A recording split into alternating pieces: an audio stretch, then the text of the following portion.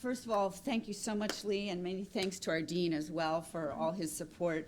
I really appreciate the leadership that Bloomberg is showing, both, of course, most importantly in supporting our event, but also more broadly in the various initiatives. And I also want to thank Damtar, who has been kind enough to support the event today, but also whose CEO, John Williams, has been the chair of our advisory board for 3 years. So welcome, everyone. Welcome to our speakers. Welcome to our board of directors and others who are here. Jeff Gould from NYU Board of Trustees is kind enough to be here today, which is terrific. So I want to note that today's events, these are some of the announcements my team has here. Today's events are considered on the record. Media is in attendance, and we will be sharing information on social media, so be careful what you say. In addition, we are live streaming several sessions and are recording today's program so that people can hear all the words of wisdom that come out through the day.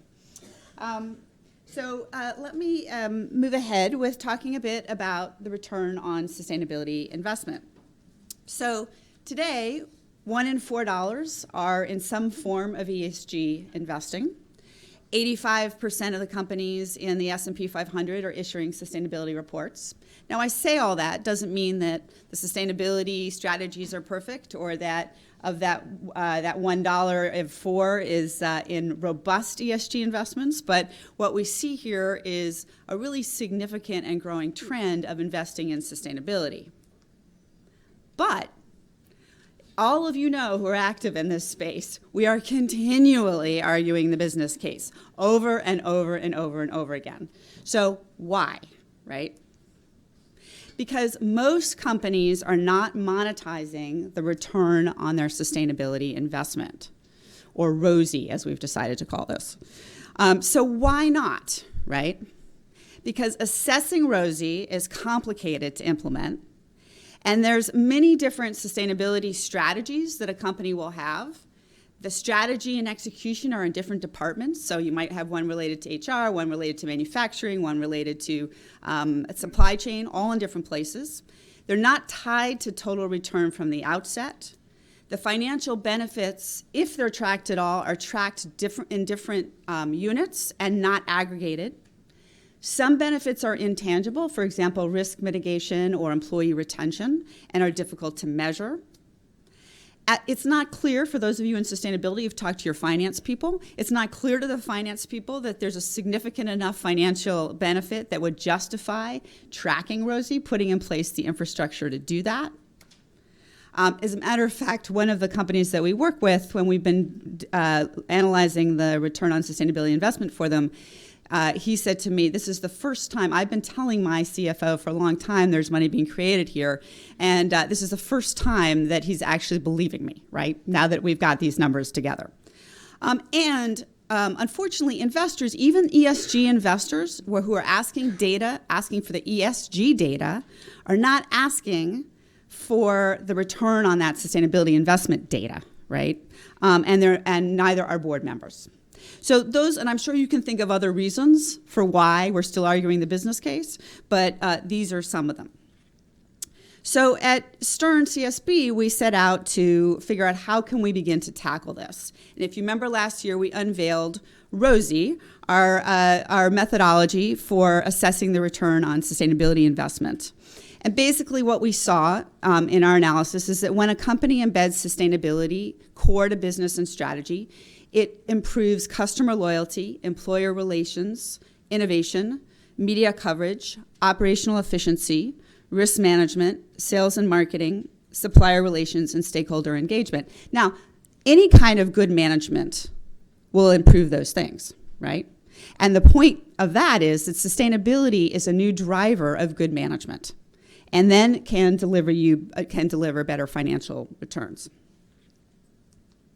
So how we go about then taking those broad concepts, those mediating factors, and then turning them into monetizable data. First, we identify what are the material ESG issues using, Lee, you'll be happy to know, CSB as a guide. And then we look at, against their strategies, what are their initiatives and what are the practices that they use to implement. And then we identify, based on those practices, the specific benefits through that mediating framework that we saw. Is it innovation? Is it risk mitigation? Is it employee engagement? And then we quantify and monetize those benefits. So just to give you a quick reminder for those of you who were here last time, the first pilot that we did a year ago was looking at deforestation-free supply chains, working with McDonald's and Carrefour, looking at beef in Brazil.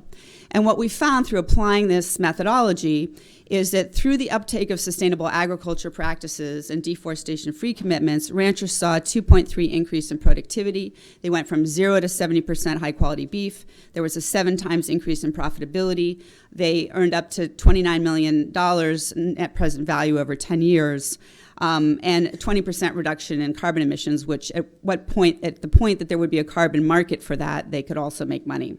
We also saw benefits for the slaughterhouses in terms of reduced risk, improved supply chain stability and quality. If your ranchers are doing better, then you're less likely to have a challenge with getting the premium product from them. Up to $100 million NPV over 10 years, and retailers, similar set of benefits, up to $40 million.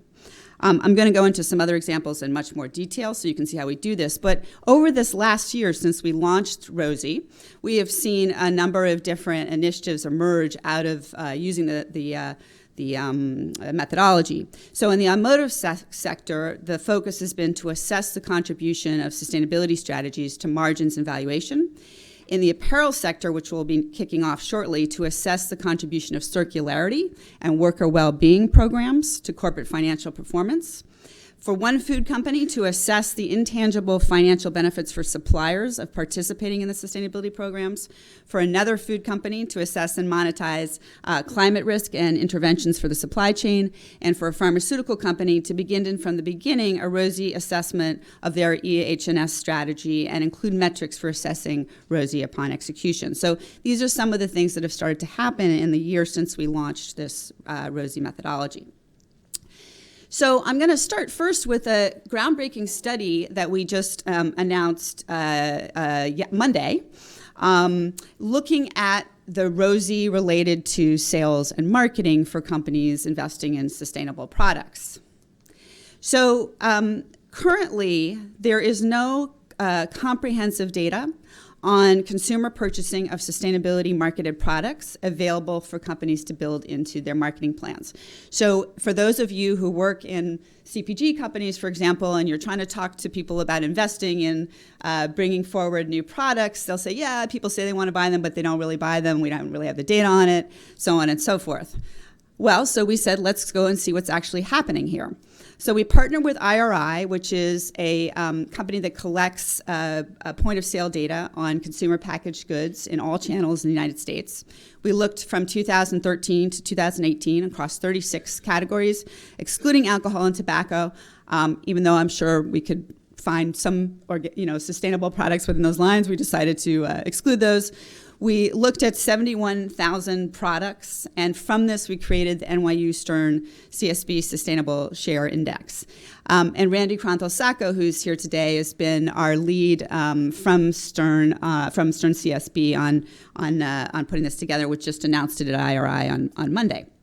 So our question was, have purchases of sustainable products increased over time? The answer is yes. Products marketed as sustainable are driving not only product, but total category market growth. So first, across all the categories studied, sustainability marketed products account for about 17% of market share, up from about 14% in 2013. And when we look across the categories, they delivered about $114 billion of sales in 2018, up 29% from 2013, and expected to grow to $140 billion by 2023. Here's the cool thing. Despite the fact that sustainability market products are almost 16% of the market, they delivered more than half of the market growth, right? This is a big deal. And sustainability marketed products grew 5.6 times faster than conventionally marketed products and 3.3 times faster than the CPG market. For more than 90% of individual product categories, the growth of the sustainability marketed products outpaced the growth of the respective categories. okay, across everything from, I know it's hard to read there at the bottom, it's hard for me to read here, from laundry care, diapers, chocolate candy, household cleaner, skincare, et cetera, right? The three where we did not see outperformance were toilet tissue, cups and plates, and paper napkins. And that is because those are often private label, and we had no visibility into private label. When you actually go and look in the stores, most of the private label are actually labeled as certified recycle or other things. So if we were able to have visibility into that, we think probably this would be close to 100% of the individual product categories are seeing the growth in sustainable products outpace the growth in conventional products. So for those of you who are saying, where's the case from a marketing perspective, right, here's the case. One thing I should note is that we made no attempt to determine whether the products that were marketed as sustainable were actually sustainable. Okay, our goal was just to understand if they were being marketed as sustainable and that people were purchasing based on that understanding. So then we had a second question. Are there specific product categories in which the purchases of more sustainable product options out or underperform less sustainable alternatives? And the answer was yes. Categories that demand high functionality do not have a large percentage. Nevertheless, they were still growing and outgrowing their categories, okay? Categories with low functionality demands tend to have a higher category consumption. So you can see some examples here which yogurt, milk, coffee, et cetera, having more than 18% market share, trash bags, laundry care, carbonated drinks, et cetera, less than 5%. Again, let me stress, even with those that are less than 5%, they were outgrowing their the sustainably marketed versions were outgrowing their conventional peers. So looking forward, we plan to continue to explore the data, looking at research questions such as, are there demographic or psychographic differences in purchasing behavior? Are there geographical differences? Does the price affect the purchase behavior? Are there differences between price bands? So one of the questions that I've gotten is, well, so does that mean that it's just expensive, right, stuff that people are buying? But actually, we know that some of these are commodity products, and those are growing too. But so we want to look at that in more detail, right? And are there differences in retail outlets, right? Is some retail outlets, seeing better performance than others, and why? So a whole series of questions we look forward to answering. So any question, let me stop here and just see if anybody has any questions on this. Yes?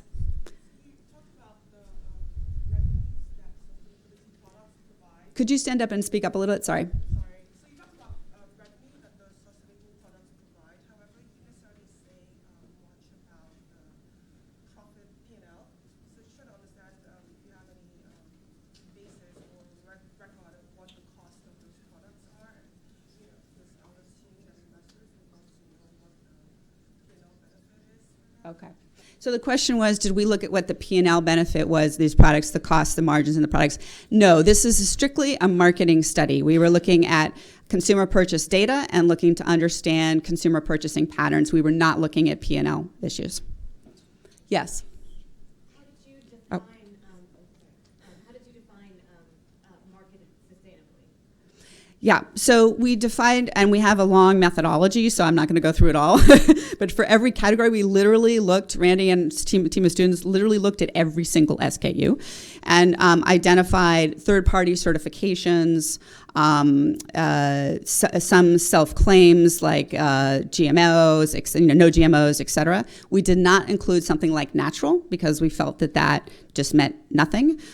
So for every category, we had to go through and lay that out. We were pretty expansive in it, but we were careful, again, like, for example, not using natural. Yes?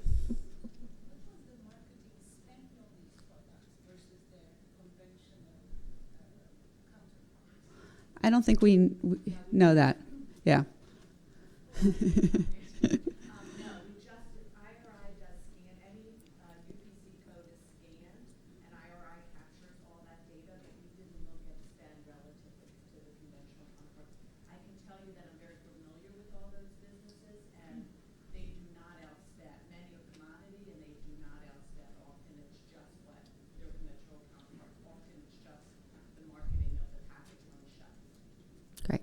one last question, yeah. Yeah, I was just curious if you had also broken down whether it was economic, social, or environmentally based, because sustainability means so many things to different people, and we're trying to figure out, what resonates the most with those. Yeah. So we did include social. Governance is not something you generally see branded, certification programs and things related to it, but there definitely are social. So we did include things like fair trade, for example. We did not break down the difference between them, and that would be an interesting additional research project. So let me encourage you. You saw Randy. So if any of you have further questions on this study, feel free to attack her afterwards. But and it's on the study's on our website.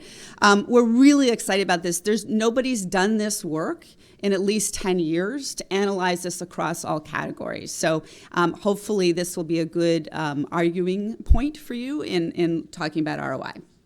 Okay, I want to turn now to Rosie in the automotive sector.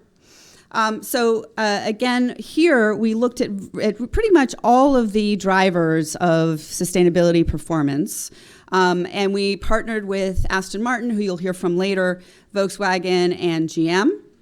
And we first interviewed the C-suite executives across all the different sectors, from marketing to finance to sustainability, to ask them about the material SASB ESG factors and which ones they saw as having a material impact on financial performance.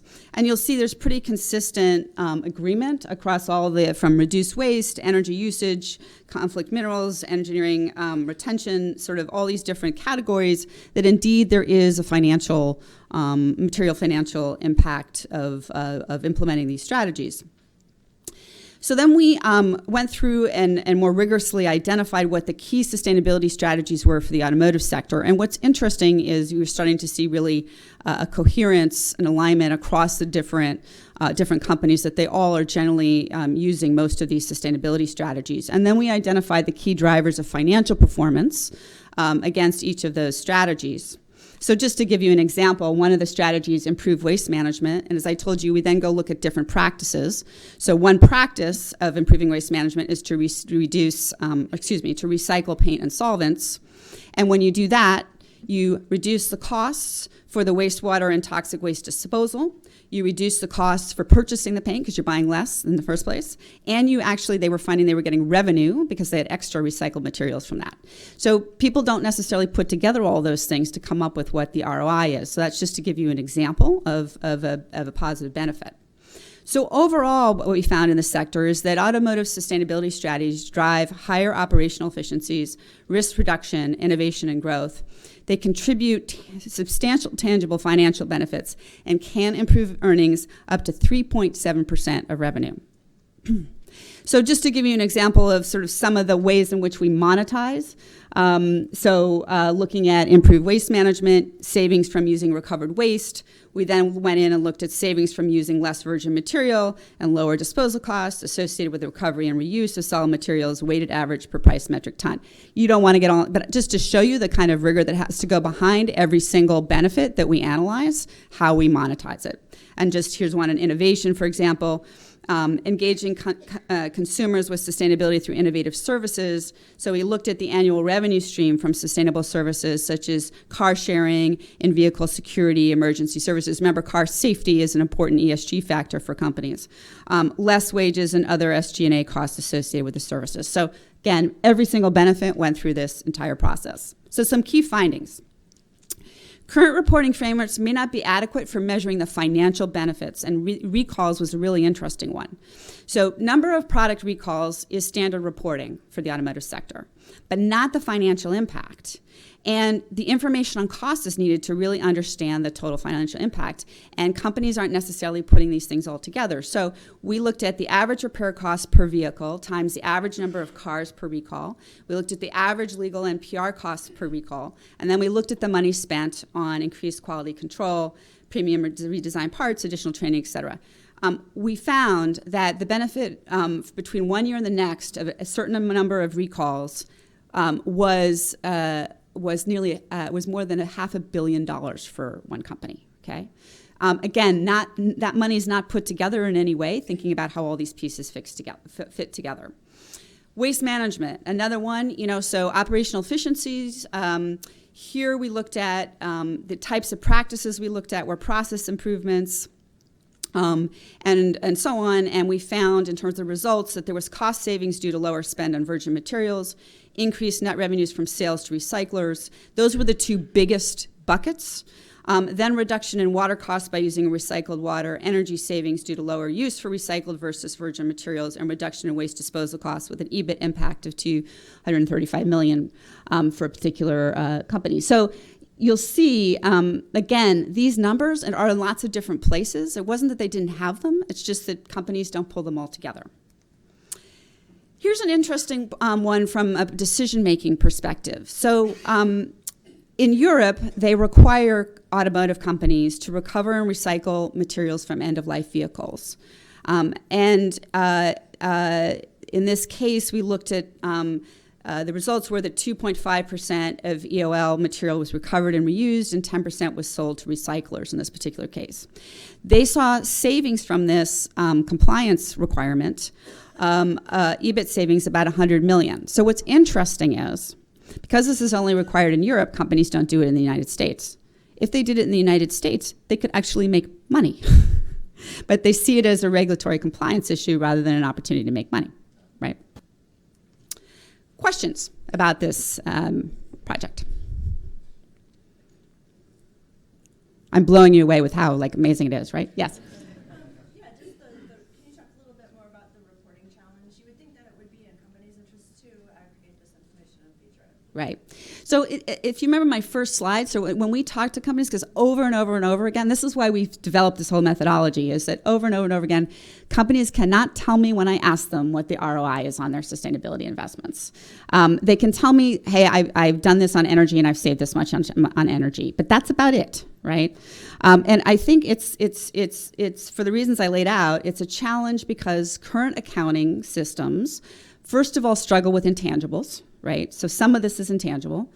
Secondly, because these strategies are developed in a variety of different places and executed in a variety of different places, nobody is aggregating all that information, right? And in the finance function, they, I'm sure, feel like they have enough to do without then putting in place an entirely new sort of system for collecting all this information. And because nobody's asking for it, because nobody knows that this is such important information for making decisions, right? There's no pressure on them to start to shift that around. So that's where I think, really understanding how much value is created will begin to shift both demand by investors and the board to begin to see some of these numbers, because it will really help with decision making. What about yes. Tax benefits? I mean, there's significant tax benefits. Have you looked at that? Yes.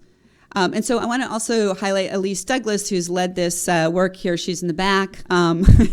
So we looked at financial incentives and subsidies and things as well, correct? We looked at it very holistically. We looked at all the benefits. So if there's incentives for EVs, it's kind of built into the consumer demand piece, but also we looked at all the expenses as well. Yeah. Could you we looked at things like where there were incentives for EVs. We looked at the costs. So this was all net. Most of the earnings benefits are pre-tax. Yeah. Most of the earnings benefits were pre-tax. But it's kind of an interesting situation because the consumer benefits, but yet you would think the demand would be better because their net cost to the consumer is less. So I think it's kind of An interesting question. Yeah. I'm going to move on. Yes. Yes. In terms of all the companies that you looked at for the different studies, are you noticing that more companies are devoting more positions or departments just focused on this so they maybe can look at it more, or is it, instead of it lying just like in finance or HR or wherever, more building up more departments to look more? Yeah. So more broadly speaking, what we're seeing in terms of companies is that they tend to, those who are moving. So every company's on a journey, right? Those further along their journey tend to have a small sustainability team, but then they have now ensured that there is sustainability embedded in the other functions. So in manufacturing or whatever is appropriate in the particular company. Where it is generally not embedded is in finance. So it's not always the case, right? But generally, that's the case. So I think figuring out how to ensure that somebody from finance is always part of the sustainability team and that there's somebody there who really understands and tracks these numbers will be a key step to move forward. Yes. Phil Clausen from CSR Lab. So these are amazing examples, and they all seem to be product focused. Are you doing research and having examples from professional services, financial services, other service-oriented or knowledge-oriented companies? No, and I'm going to go through some of the other examples we're working on. Nothing yet around financial services or product or consulting services, but if anybody's here and has a background in that, would like to work with us, we're entirely open. I'm going to take one more question and then move on to the next. Yes, Pam. Can you review It's up, Pam, sorry. the ROI that you're seeing and how it matches, meets or exceeds the hurdle rate for these companies? I think that, so what we're seeing, if you're talking about an EBIT, sort of increased EBIT of up to 3.7%, yes, then it would absolutely meet the hurdle rate. What we saw across all the different strategies, for example, is all but one of them was making significant money for the company now, right? And then when we looked over a 5-year NPV, we saw really significant positive benefit. Elise, anything you want to add?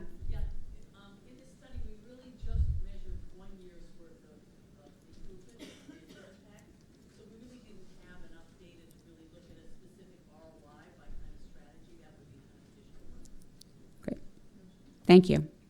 So now I'm going to talk a bit about Rosie and the value chain. So we've been working with Mars, who's created a livelihoods fund to improve economic and social outcomes with farmers. And they and their suppliers are funding a fund that pays NGOs to train the farmers, set up a direct commodity selling system, et cetera, with the goal of having high quality, sustainably produced products. So they wanted to really understand the case for their suppliers to invest, and the suppliers in this case are the off-takers, not the farmers, the intermediaries. They wanted to understand the financial benefits for suppliers to invest in this fund. So we identified 5 benefit categories and 22 monetizable benefits, which I'll go through.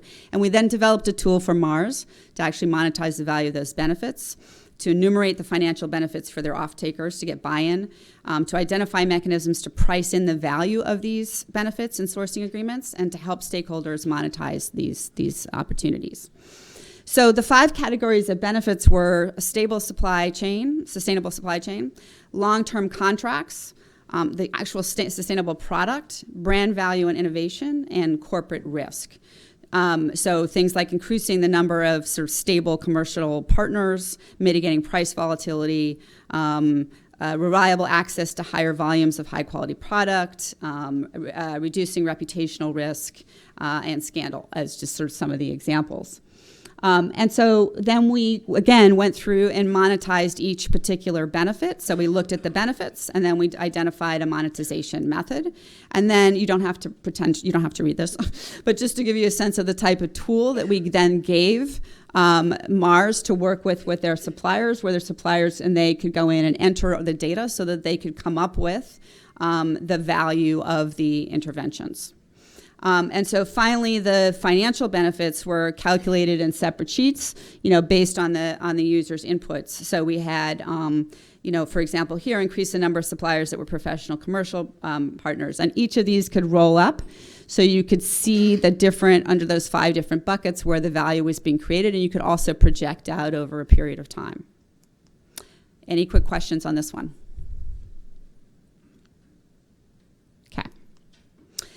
So just some additional initiatives. I'm trying to see what time we're at. I think we're doing well. Hold on. It's 1:15. Thanks. So some additional initiatives. We are rolling out a Rosie in the apparel sector. HSBC has funded us to do this initiative. We have 2 companies, but we're actually also have commitments from the 2 companies that we have on board are Eileen Fisher and Reformation. But we also have 2 other companies that have signed on with us, one a large department store, another a large retailer, and we're in talks with 2 or 3 other companies as well. So we'll be looking, as I said, at circularity and also at worker well-being in the supply chain to, again, monetize benefits. And before I move on from Rosie, one of the things that I want to say here is we are not at the Center for Sustainable Business saying that all investments need to provide a return on investment, right, in sustainability. So you may be investing in things where there isn't a good return. So this should not be used as an excuse, right, to say, well, we shouldn't be investing in something because we're not getting a good return. But what I am saying is there is so much value being created that nobody is tracking, and that good decision making, which could help us to scale these things up much faster, is not happening because we don't understand the numbers, right? So that's I just want to underscore kind of why and how we think about Rosie in terms of our sort of strategy around sustainability. Another initiative we are launching with the support of Goldman Sachs, PepsiCo, and some others that we're working with is looking at how the UN Sustainable Development Goals can be a roadmap for investment in New York City. So our goal is to identify and launch opportunities for the private sector to invest in helping New York City to meet its sustainable development goals, and do this in a multi-stakeholder process, right? So that we have community organizations, entrepreneurs, corporates, investors, governments, the UN, et cetera, here, really helping to come up with, ideally, about 10 initiatives that will help move the ball forward and really get private sector financing into some of the key issues here. I mean, just imagine, for example, how do we make affordable housing green, tie it into urban mobility solutions, help bring food, higher quality food to those food deserts, right, using smart tech and other things, just as an example, right? So our ambition is big, but we are excited about the opportunity to move this forward. And when you look at sort of the work that's been done at a global level, the Business and Sustainable Development Commission identified that the SDGs could provide $12 trillion of economic opportunities, 380 million jobs, looking at just 4 of the SDGs, and all of them are relevant in New York City. Cities, energy, materials, health and well-being, food and agriculture, as an example. So finally, we couple things. We invite partners to help us pilot and test Rosie. So last year we got a number of people coming in as a result of our work here. So we're happy to entertain engagement. We are developing tools to integrate this approach into quarterly and annual reporting, and we welcome partners in this. We're exploring the role of sustainability in driving innovation, and also would like to know if there are particular cases that you all have that you'd like to share with us. We welcome participation in this UN SDG initiative, and we have great students who are willing and able to intern and work for you. You've met one who, came out okay, so so hopefully you'll help us develop other young people. I want to, before and yes, a little promotion. Myself and Dr. Carrie Krasinski will be offering an executive course on sustainable finance and ESG investing, April 8th through 9th. And so if you have people in your team, if you're an investor and you have people who you'd like to learn more about this, about ESG, they already understand finance, but they really need to understand ESG and sustainability, please send them to us. I want to, before I move on and talk about the agenda, just say a few thank yous and point out a few of our team members. We've got a terrific team at the Center for Sustainable Business. Sophie Rifkin, who's standing over here, who's our Senior Associate Director. Ulrich Atz, who's next to her, who's our Research Associate. Tracy Van Holt is here, who's our Academic Director. And Eliza Heeks might be downstairs. Eliza Heeks and Holly Williamson are both downstairs. And I got Elise and I got Randy. And Kevin Eckerly over there behind the pillar, who's our lead on corporate outreach. So I again, couldn't do, all this work is being done with these great people. So really exciting to work with them and work with you.